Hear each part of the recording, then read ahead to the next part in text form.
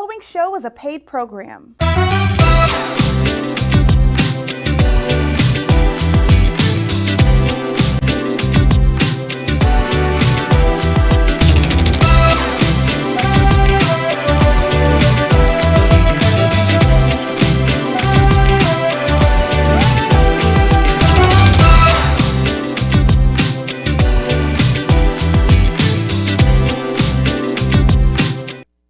Hey family, how you doing today? We have the best of the best with us. We have the Mooney twins with us on today. We're doing a tribute to their father, Paul Mooney. Let's show the flyer. They will be here this weekend as a tribute on Father's Day.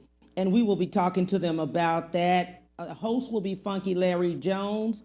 Al D. Freeman is going to be the host. And on today, we have DWAYNE and DARYL Mooney. Let's see them. Hey, friends.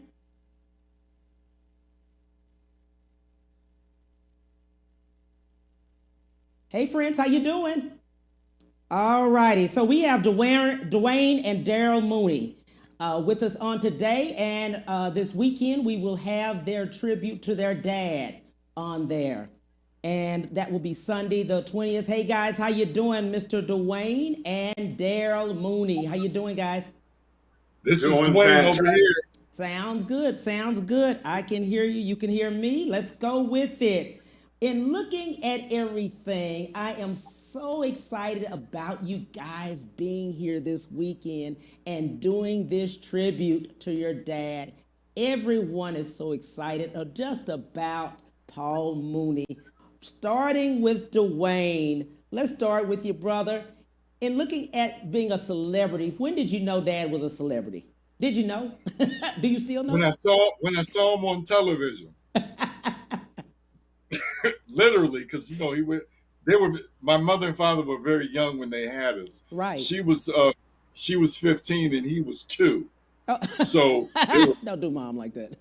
They were very young, and so they were never really together. So the first time I knew he was a celebrity when I saw him on the TV commercial. He was doing a Colgate commercial. Mr. DARYL, jump right in. Did you see the same thing, or when did you have the knowledge that he was a celebrity?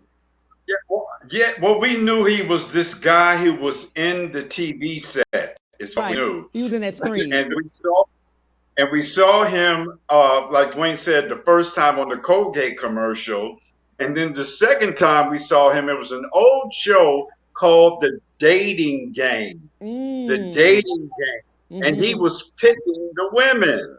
So it was incredible. So he was like this person who would come on TV every now and then. And it was pretty unbelievable because we were like 6, 7, 8 years old. Right. So it was a mind blower, man, to see your father on TV the first time you actually saw him. Because like DWAYNE said, when we were younger, we weren't with him. We were raised by our mother and our grandmother and our great-grandmother. So we didn't see him when we were younger.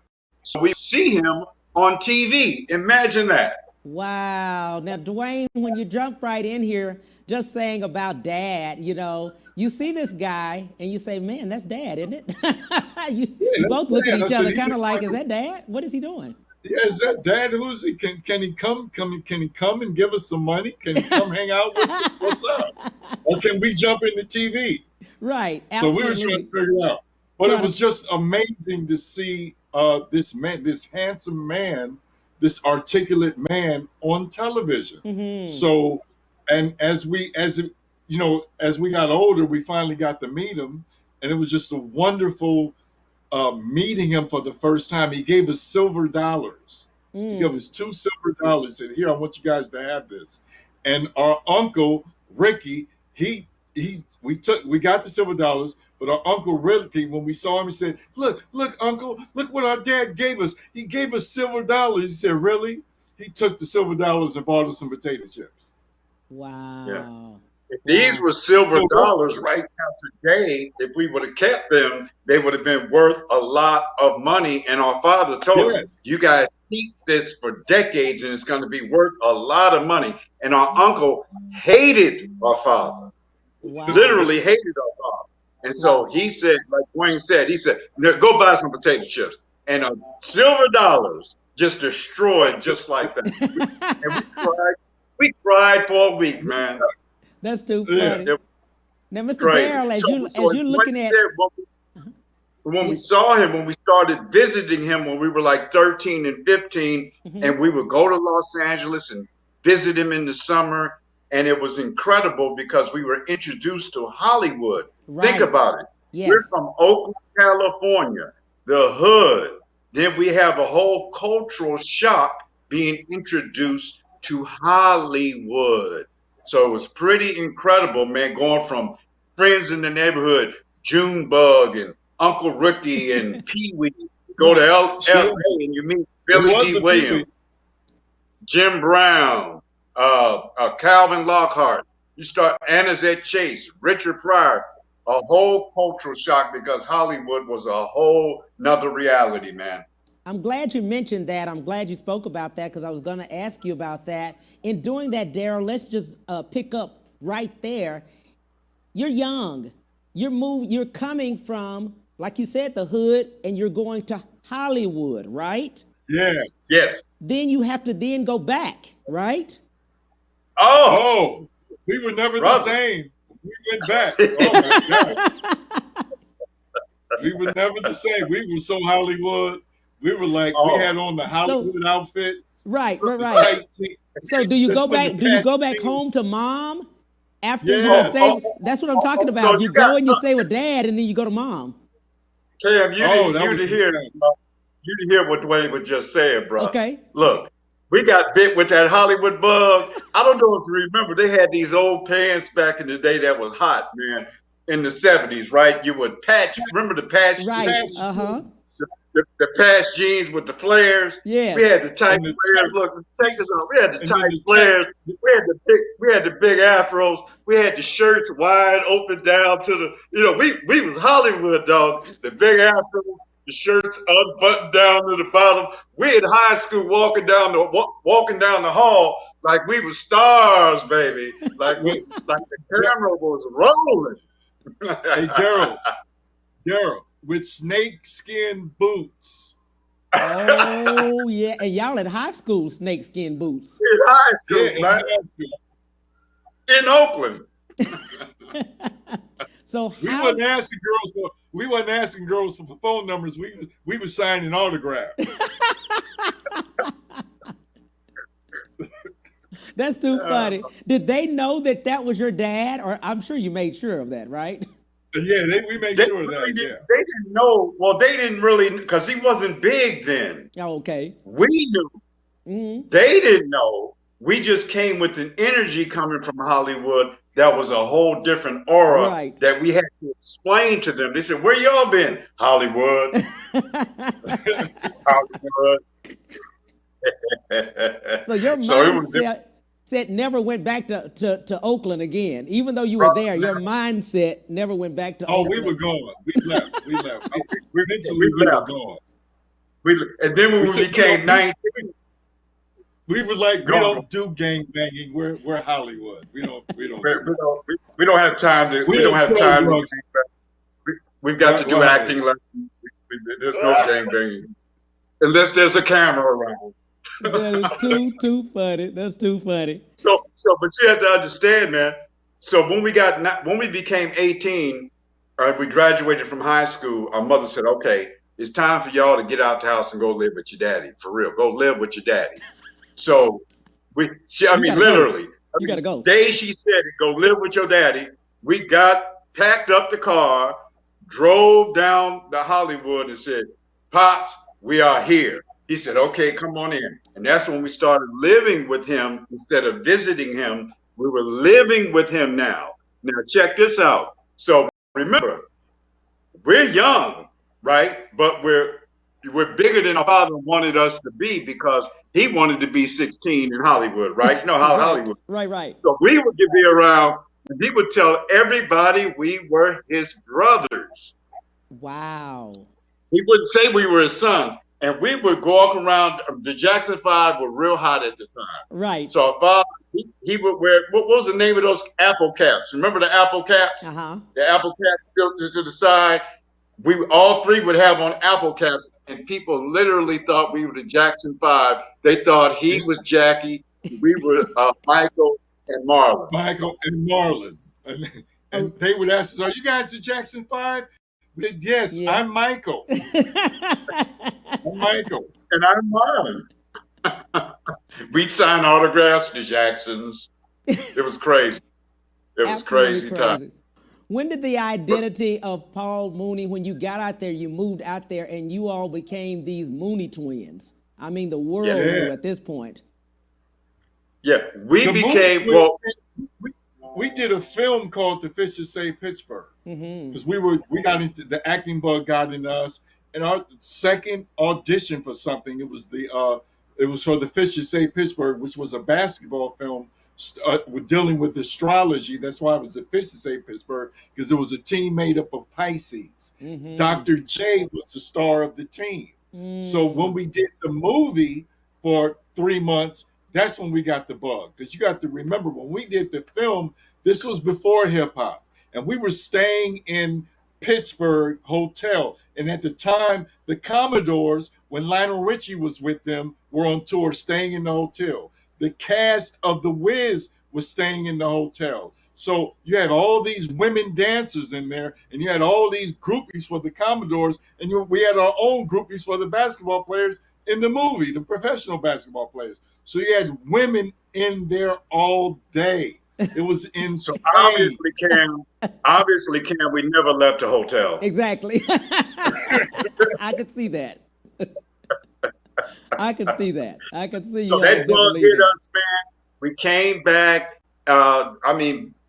Feeling like big Hollywood stars, man. We came back to Los Angeles, man. And so we got paid. We got paid like $10,000 a piece. So our father immediately said, "What are you guys going to do now?" We said, "Man, we are going to find out what life is all about. We are going to take our time and find out what life is all about." So we went into acting classes. We started doing stand-up comedy. We started researching and reading things because we had time now. And check this out, brother. I don't know if you know Tom Dreesen. Tom Dreesen was the famous comedian who was the opening act for uh, Frank Sinatra. Frank Sinatra.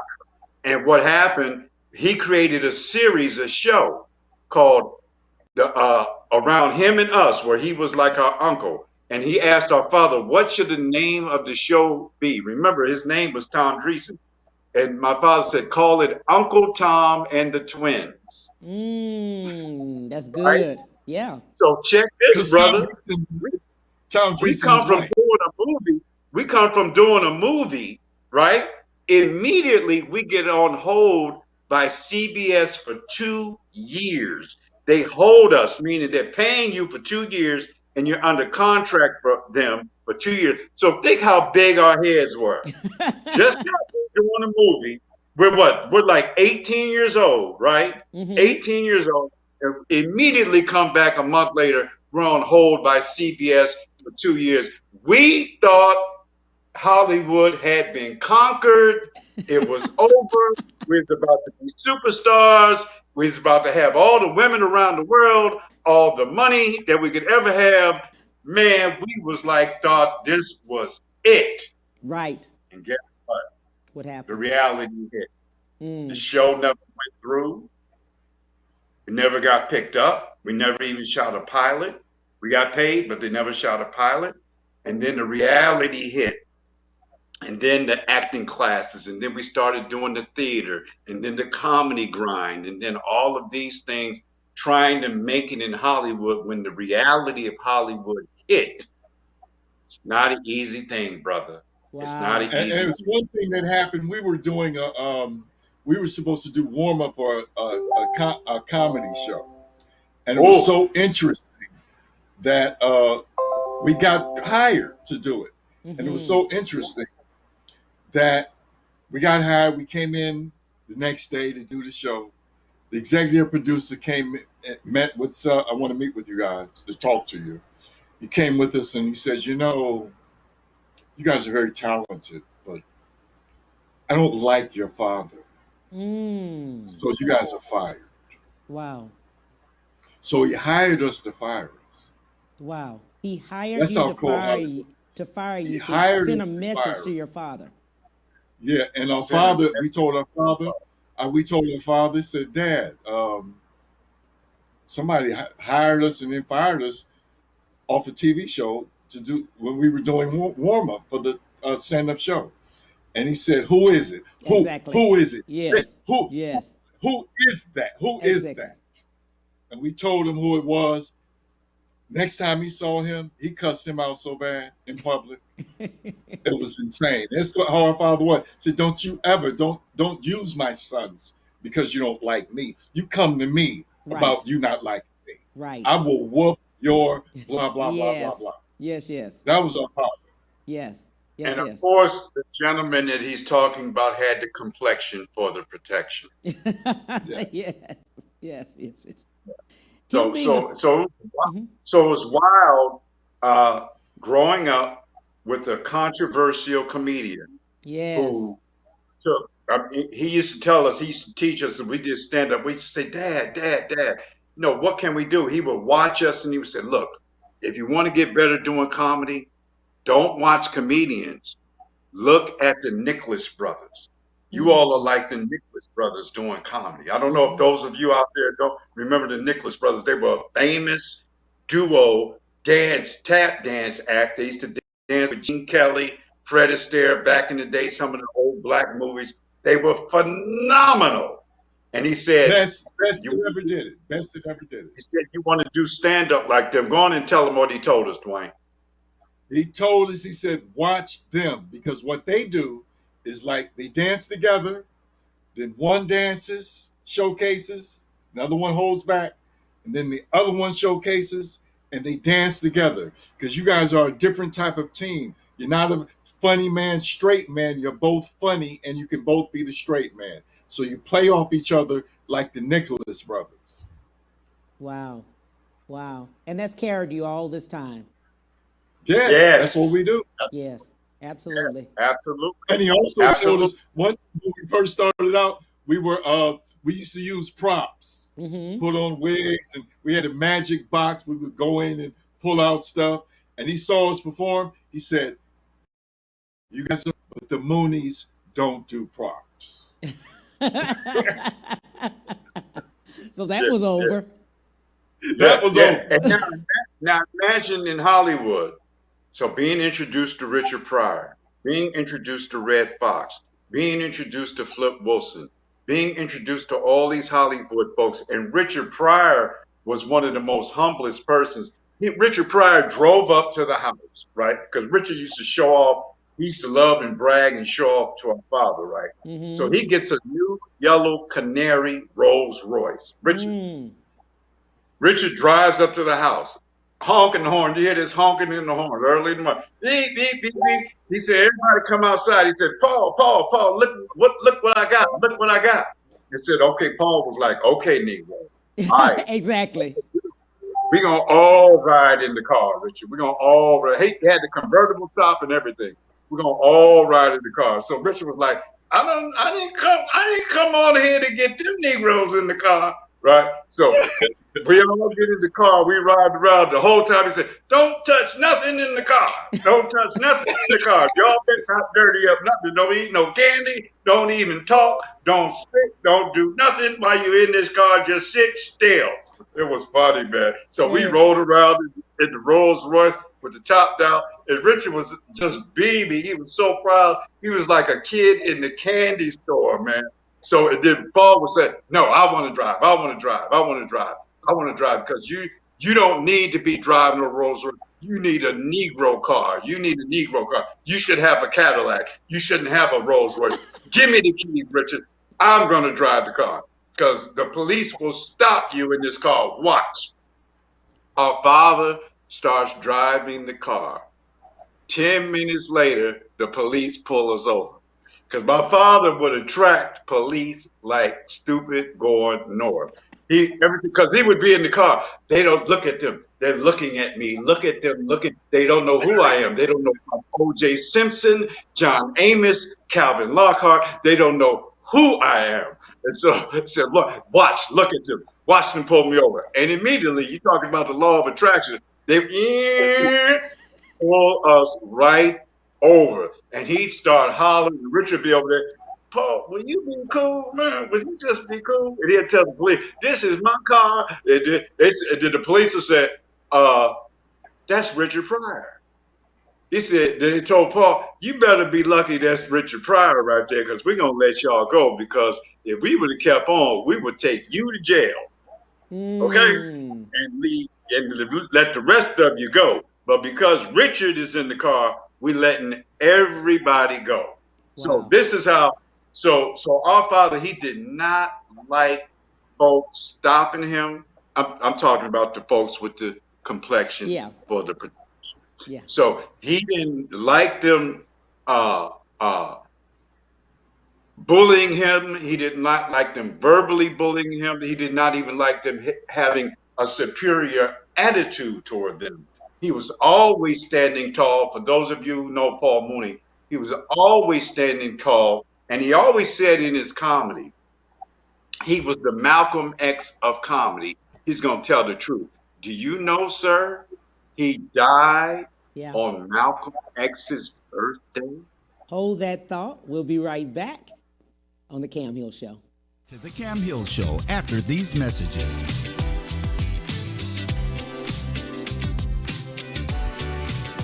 Move up at Ron Carter Cadillac. Drive the new 2021 Cadillac XT4 Luxury Collection for only $319 a month. The new 2021 Cadillac XT5 Luxury Collection for only $399 a month. Both for 39 months lease with just $1 down. Or purchase either and enjoy 1.9% APR for 60 months plus bonus cash. Gulf Freeway, just 2 minutes south of the Beltway. Shop smarter when you shop Ron Carter. Ron Carter Cadillac.com.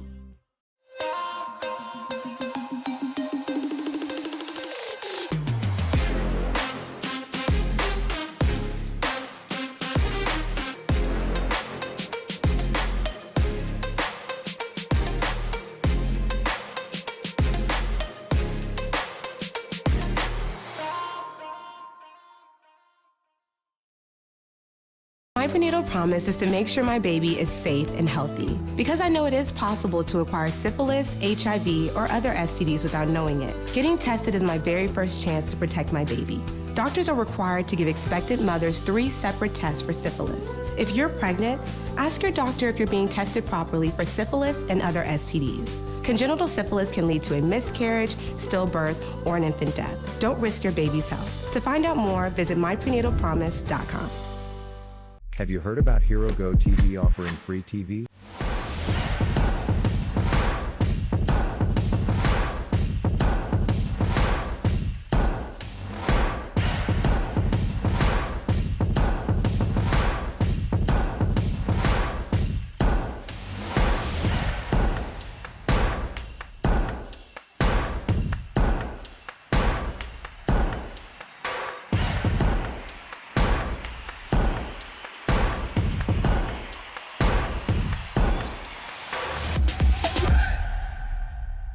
And now back to the Cam Hill Show.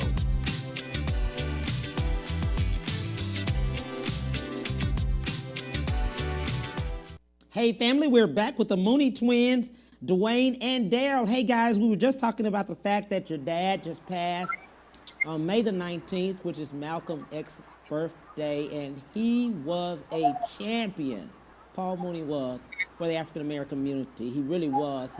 Anytime there was an opportunity, I will say each time I saw him, he was fighting for us along the way. DARYL, you had just spoken about that.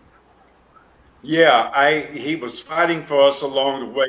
And when we think about it, people always say he was a civil rights person. He was one of the most important things about him in the House that people should know. He had 3 books. He had a lot of books. He had a bookcase, but he had 3 books that were very powerful that I always remember. One book was Red Fox's Encyclopedia of Black Comedians. Very powerful. And then he had a book called Game of Life, which was a self-help motivational book about self-esteem. Then there was a book called Destruction of a Black Civilization by Chancellor Williams. And these books really framed him and what he was all about, because he, when you look at his comedy, not only was he a comedian who told the truth about racism, but he actually helped liberate the black mind of over 300, 400 years of slavery and post-traumatic slavery syndrome, because he gave people the strength, the common folks, and even comedians, the strength to talk truth to power, and for common people and fans to learn how to speak up for themselves against racism, whether it happened in their own community or whether it happened with their friends. This is what people have told me, Cam. So his comedy was very influential on a lot of levels, not only being funny, but conscious wise too. I'm glad you said that. Dwayne, jump in here. What did you see from Dad? Same thing.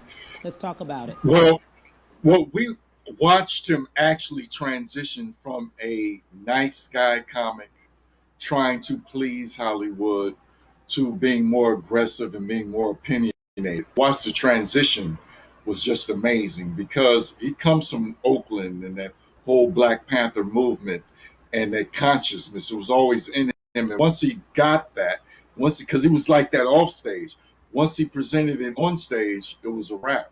Because comedy is about being authentic. And once he became authentic, he became real. So it didn't matter if he became big in Hollywood because this was his lifestyle. He was the same way he was on stage, he was off stage. This was him 360 degrees. As he always said, even playing movie roles, he was like, I really don't like playing movie roles because nothing is more epic than me. Nothing is better than me. I like playing me. There's no character bigger than me. I like playing me. And what he taught us with that, what he taught us was how to be authentic, how to be our real selves, how to stand up for what we believed in, and how to use the power of the word to influence people, because this is what he did. He is the greatest comic that ever talked about racism that's ever been on stage. No one has been as quick, as witty, and on point and strong as Paul Mooney. The Comedy Store, where he performed at for years, they were so they didn't want him to audition for the NBCs and the CBSs, but he was so good they would put him on late at night when everybody would leave. Right. You know what happened? Black folk from the hood would come way from the hood to come see him at 1:00 in the morning. All of a sudden it'd be like, about 12 o'clock, it would be about 5 or 6 white people in the audience because they would be leaving. And the late night non-funny white comics would be on then. But they would put him on at 1. And all of a sudden, about 12:30, you would see all these black folks coming around. And then you would see lines around the corner to see Paul Mooney at 1:00. This is where Black Comedy Night started. It started with Paul Mooney in white clubs. I love that. Ava DuVernay says, Paul Mooney, a comedy giant. I recall listening to his Race album in college and how informative it was. Yeah, the jokes, but more so the freedom. He spoke freely and fearlessly about feelings and experiences others found difficult to express. He did that. Yes. He did it in a great way. Yes. I was saying what he did to the people. He empowered people. He empowered the minds with information, with humor. And remember, when you can create levity around racism, you reduce a lot of the stress. Because now you can not only see the reality, but you can laugh at it. And that's what he's always said. He was also a healer. Comedians are healers. So he was able to bring levity to racism, although it was the seriousness behind it, but the levity made you laugh about it, helped you laugh about it. Once you can laugh about it, it helps you relieve the stress, because when you laugh, there's an oil that releases from your brain that drops all throughout your body that reduces your stress level and creates joy. So you can go on living with a positive attitude. Absolutely. There are some things that were really pivotal for him. One of the things, he's the first black person, as he stated, in the Writers Guild ever to be out there. He's the first one. He spoke freely and unapologetically about his black experiences that others were afraid to express. That was him. That was him. Again, he confronted racism all the time. In fact, he would find racism in a white marshmallow and a milk dud. I mean, he would always call it out. Yes. I remember one time that I was trying to collect unemployment, and I'm at the office, and the white lady, was talking to me. And I told her, she said, "Well, how do you make money?" I said, "Well, I make money. I babysit my younger brother." And she said, "Well, bring me a note from your stepmother and prove to me that you're making money." So I go do this, get the note from my stepmother, come in the office, and then the next day, the white lady tells me, "You can't collect unemployment. You don't qualify because you get a check for babysitting." This is what she told me. Right. And then my father came back and said, he asked me, "Well, what happened, Dwayne?" She said, "Well, the white lady at the office told me I don't qualify because I babysit and I get a check." He said, "What? Really?" I have my Paul Mooney hat on. He said, Right. "What, really? I'm going to go down there to the unemployment office with you because that white bee was set you up. So we're going to go down there." He took me down there and he said, "Where is that white lady that stopped my son from getting unemployment?" He saw her. He read her for 15 to 20 minutes in front of everybody. "She's racist and she used my son. He's babysitting and he doesn't get paid for that. You used him to make him sign something so he wouldn't get unemployment. And that's not happening here. He will be getting his unemployment and he will be getting it today, or I'll be raising hell." And I got my unemployment that day. I'm sure you did. Yeah, and you have to like the people out there, like, where did he get his material? Where did he find his humor? Like he would always say, life Yes. writes the jokes for me. Yes. He used to we used to watch him read two things he would read. He would look at the newspaper, but what he would read he would read the Final Call, the Nation of Islam Final Call paper. He would go through the whole paper, and he would go through all of Jet magazine, Final Call and Jet magazine. And then he have his periodicals like People magazine, Star, and all that. But Jet and the Final Call were his two go-to black information. So that's what he was about, man. Yeah. Teaching, educating the people through humor. His comedy stage was absolutely his lecture stage. Yes. That was his lecture. That was his place of power, man. And that's where he would do his thing. He would be up for 3 hours, 4 hours, my man. I mean, just laughter, laughter, laughter. Then take a break and just start teaching. Then go back into joke. He could make anything funny, the most serious stuff funny. And then we would sit up and watch him and Richard Pryor, right, Cam? Yes. Imagine this, in the living room, Richard Pryor, Paul Mooney, and a secretary. Paul Mooney and Richard Pryor on the side. Richard Pryor coming in with the cocaine and the Cavassier. Father got the water, and Richard, they were sitting up there writing, and Richard is like high and saying, "Look, Paul, let's have Red say to Lamont, F you, mother sucker." So, I'm not going to use the curse words. Right. I mean, he would just be cursing. And our father would be saying, when he was done, "Richard, this is TV, Richard. No cursing on TV. Right. This is TV, Richard. Okay, Paul. Okay, Paul. Okay, I'll back it up. And 10 minutes later, Richard would be going into the same thing, and Paul would, Richard, no cursing, Richard. So what our father had to do was take all the energy he had with the cursing, and he had to change it up and clean up the script. Right. So that's why the scripts that they wrote for Red Fox So was so edgy. funny. Like Eagle Eagle, that was a hilarious show when he was in court.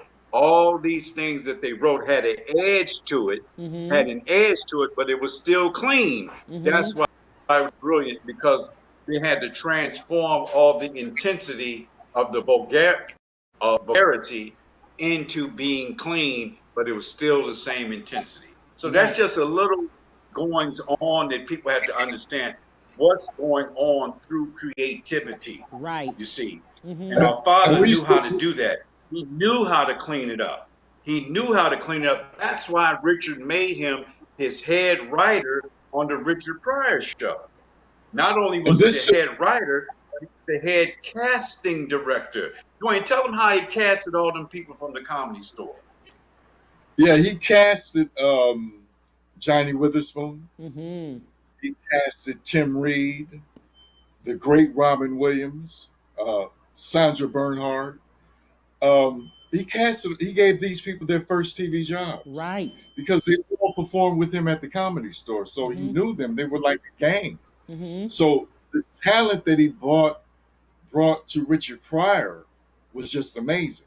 And you got to realize that Richard Pryor was head and shoulders above everybody. He was literally the Bruce Lee of comedy. Literally. He was the best of the best. So his road dog was Paul Mooney. Not only was Paul Mooney his road dog, his writer, his guru, his coach, he was everything. Our father used to write. He used to sit up when Richard Pryor was doing his getting ready for his comedy concerts. You know, because Richard Pryor was the first one to put these comedy concerts on the map in movies. That was Paul Mooney sitting up at the stage, at the front row of the stage, watching Richard and looking at his timing, helping him put his material together and create masterpieces that will go down in history. Right. And if you ever listen to a Richard Pryor concert, especially the old ones, you could hear the laughter. That's Paul Mooney in the audience laughing. These would be cues and signs that Richard would know where to go with the comedy, where to escalate, take something where we would call it milking, how to milk a joke. It would hear that laughter that would motivate Richard Pryor to keep going. These were signals for Richard to go to the next level in his comedy. Wow. So they worked. They were very tight and very close. That's good. Yeah, he would do jokes for Richard. Yeah, go ahead, Darryl. Yeah, like Dwayne was just going to say, he was the consciousness, the real conscious stuff. Paul would write. Right. Remember the joke in that N Word's Crazy? The joke in there that was saying when black people go to court looking for justice, that's just what you find is just us. Yes. That's Paul Mooney joke. Yes. That's a Paul Mooney joke. Remember the time also when Richard caught on fire, and he didn't know how to tell the public about that. And he said, Paul, how can I do this? How can I do that? And Paul said, okay, tell them what you did was you dipped some cookies in some milk, and then everything blew up.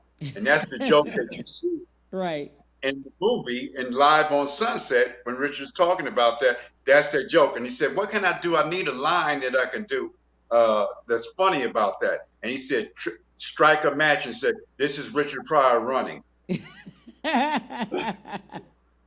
Right? These kind of jokes, man, that that Paul would give to Richard and write for Richard. So there's a lot of humor that you see in his stand-up, not only in writing on his shows, but I'm talking about in his actual stand-up. There's a lot of Paul Mooney jokes in Richard Pryor's actual stand-up. Sounds good. Let's take a break real quick. We'll get right back to you, Dwayne. We'll take a break, and we'll be right back on the Cam Hill Show. To the Cam Hill Show after these messages.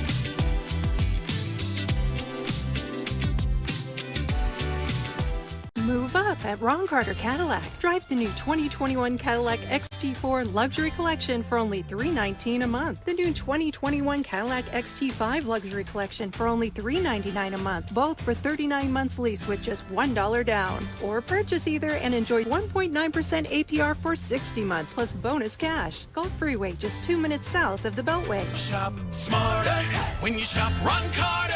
Ron Carter Cadillac.com.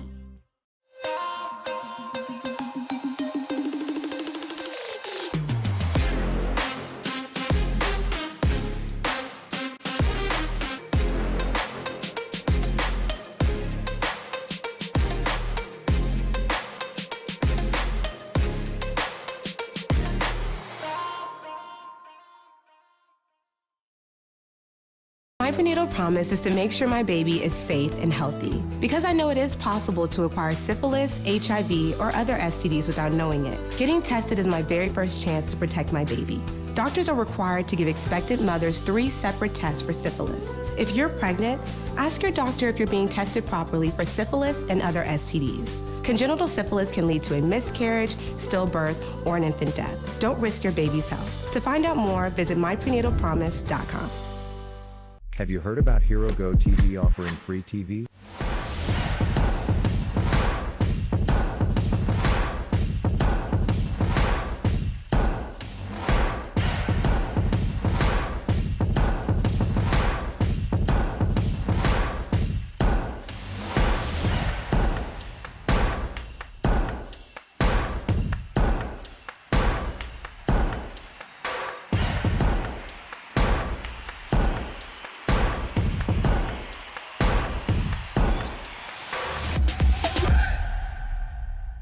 And now back to the Cam Hill Show.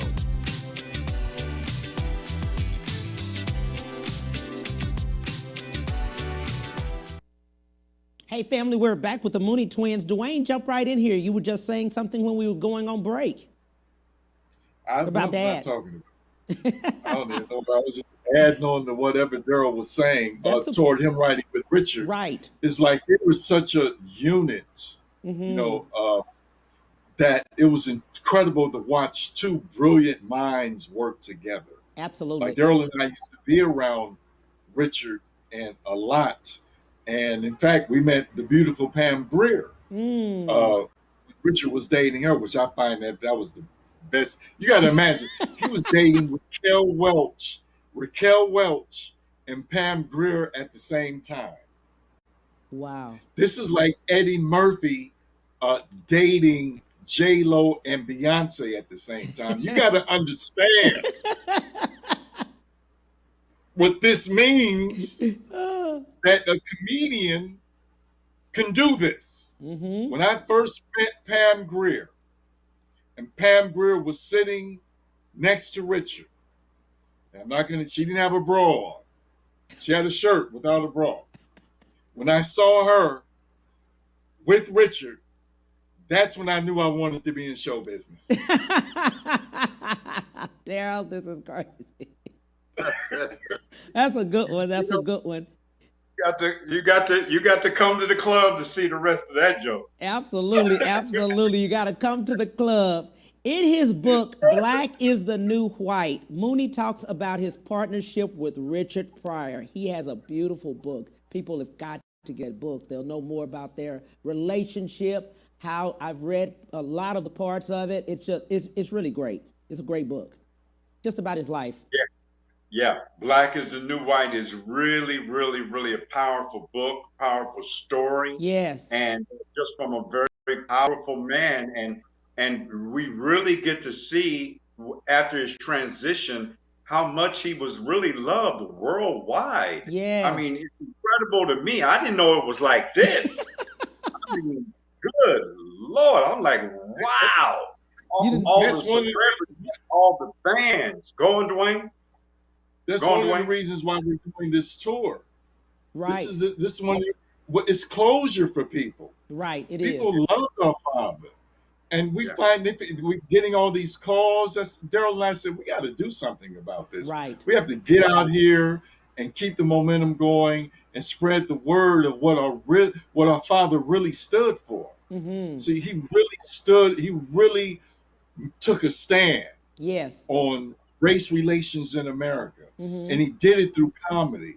And he affected, so, like Daryl said earlier, so many comedians, but he affected so many people. Right. And we just want to let people know that Paul loved he loved his audience. That was his family. He stayed on stage. He did it for years. You got to realize he did it for years. He never had a letdown. He performed for over, 40 years? Yes. This man Think about it, he was dedicated to his craft. He never took a break. He never retired. This is what he lived for to do, was to be on stage and speak truth to power. Think about it. Think about it, Cam. He did comedy for so long at such a high level, man. Yes. I mean, long time. Do you know when Moses was parting the Red Sea, right before they went, there was a comedy stage and he was entertaining Moses?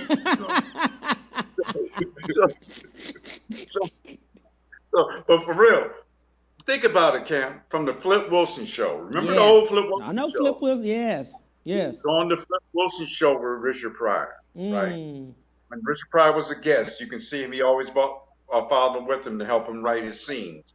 Then you go through the next experience. You had the Richard Pryor and the Red Fox days on the Red Fox show. You had that. Now think about it. Then after that, you had the Def Jam. Yes. How about Daryl? Wait a minute. The iconic Saturday Night Live. Yes. The iconic Saturday Night Live. That one. Then you had the Living Color audience, right? And then you had the Apollo audience when he was on the Apollo show. Then you had the rappers and the Snoop Dogs and the Ice Cubes that really got heavy into Paul Mooney. Then he hit the Dave Chappelle show. Yes. Then the Dave Chappelle show, he got all that young white audience. So I'm talking about this people 80 years old, all the way down to 18 and 19 that love Paul because he did it at such a level of intensity for so long. I cannot think of another comedian who did it for that long. Eddie Murphy retired, right? Richard Pryor, he did it for a while when he was doing the movies, but he was coming in and out of the clubs. He would do the clubs and he retired and he come back. Paul Mooney never stopped. Right. He never got off the stage. He never think about it. For years and years and years, he was the one comedian that stayed on stage. Even Robin Williams took a break.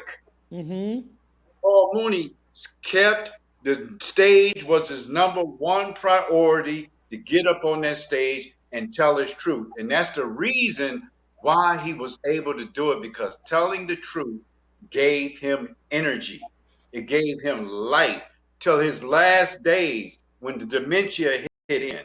He was still on stage. And people didn't care if he could just remember one line. Right. They just wanted to be in his presence, man. They just wanted to see him smile. They wanted to hear him laugh, you see. And it's funny because when he got dementia. When did you find that out, Daryl? Daryl, you and DWAYNE, touch on that real quick. Touch on that for other people, other family members. When we found out he had dementia, he was doing a show in Los Angeles. The J. Anthony, he had a comedy club. And we called and said, "Hey, Jay, we want to open up for our father." And he let us, because we performed there a lot. And we opened up for him. And we saw our father performing, missing lines, staring into space. We said, "Whoa. Yeah, something's wrong. We can't have something's wrong." And we had 2 shows. So we said, "Hey, didn't nobody tell us what was going on. So this is the way we're going to do the second show. We're going to do the second show with Daryl and I have microphones in front of the someone audience. We have microphones. One of us close to the stage, one of us in the back. And when our father lapses, we're going to feed him. We're going to ask him a question, or we're going to feed him a line. And then if he really lapses, we're just going to talk about, we're going to do a tribute. We're going to make this a tribute with him being there. Right? So it became a tribute to Paul Mooney, but he's there on stage. Right. Well, people loved it. So this is the actual continuation of that. Right. This is the second stage of what we did when we saw our father had dementia. Wow. Yeah. We have So a it was nice, a great.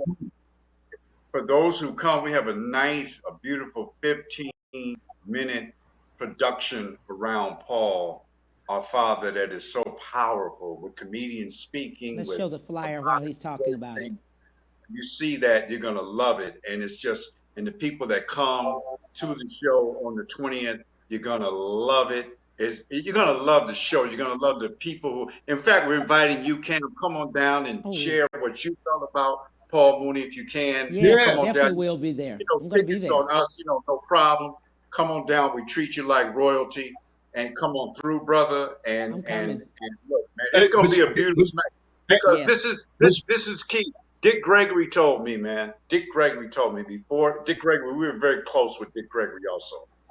Dick Gregory said before he passed away, before he transitioned, he said, look, when y'all come to my funeral, I don't want no crying. I don't want no sobbing. He said, after I die, 3 days after I die, you can mourn all you want. But after 3 days, it's a violation. You got to go into celebration. Yeah. You got to go into celebration. So now we are in celebration, brother. People be asking, why aren't you sad? You're holding up a brave front. You're holding, man, I'm in celebration, brother. Right. Think of all the powerful things my father did. I think about where his spirit is at now, and he's touching everybody and making moves and creating powerful things. I said, we are in celebration, brother. It's an honor to be the sons of such a great man, right? It's bigger than life and death. It's just something that's, the legacy is forever, my brother. Wow. So like I told Dwayne, and like I tell everybody, you look 100 years from now, our father's information is like a time capsule. Yes. 100 years from now, they can look at that time capsule and look at Paul Mooney and learn about what this time was all about. Right. That's how powerful he was. They will dig that up, and it will be a history lesson about racism in America. That sounds good. Dwayne, what would you like to leave with the audience, the viewers? Yeah, what I want to leave with them, we have something special for the audience. And we just want to say that because Daryl and I, we're also investors and motivational speakers. But what we're going to do, I don't know if it's going to be the day before or after, but we're doing a wealth portal seminar. We have an investment club called the Wealth Portal. We're going to do a Wealth Portal seminar. It's going to be dealing with how to create automated investing, where your money's making money for you, and how to have a prosperous mindset. We're going to do a seminar on that. It's going to be funny too, but not as funny as the tribute. But we're gonna, it's going to be funny money. But what we're going to do is show people, because this is what our father always taught us, that Black folks need to have economic empowerment. Yes. You want to raise above racism, have your own. And what we want to do is show people how to make money easily in a capitalistic system. Because when you're in a capitalistic system, you have to have some capital. But you have to have the mindset. You have to have the millionaire mindset, but you also have to have financial IQ. That's what we're going to be talking about the next day. So at the same place, at the club. And that'll be free. So we want people to come to that too. Absolutely. We Those definitely would tell people. Can I give my email to them? Yeah, that's fine. Okay, for those of you who need to contact us, who want to contact us, contact us at mooneystar@hotmail.com. mooneystar at hotmail.com. MOONEY star at hotmail.com. Contact us so you know where the lecture presentation is going to be and when that is. And of course, on the 20th, come on out to the show. It's a celebration. It's a party. We'll have local comedians. We'll have Al Freeman there. It's going to be a powerful, powerful show. And we're coming to Houston to lighten it up and celebrate Paul Mooney and come out and show him your love. We'll have T-shirts. We'll have beautiful things that you'll be able to take home with you. And June 20th at 9:30 at the Comedy Lounge, honoring Mr. Paul Mooney. What better way can you do that than to bring his own sons?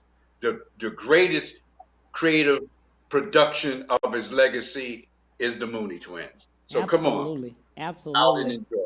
I'm so proud of both of you all. We so appreciate you guys coming this way. And I'm telling you guys, we have to be out there. I'm going to be out there. I'm going to bring as many people as we can out there. And we're just going to have a great time celebrating his life and his legacy, you all. I appreciate you all so, so much. God bless you and God keep you. And I will see you this weekend. Talk to you soon. Peace. Thank you, brother. Talk to you. Okay, the Cam Hill Show, 12:30, 1:30 Central Standard Time. See you then. Bye.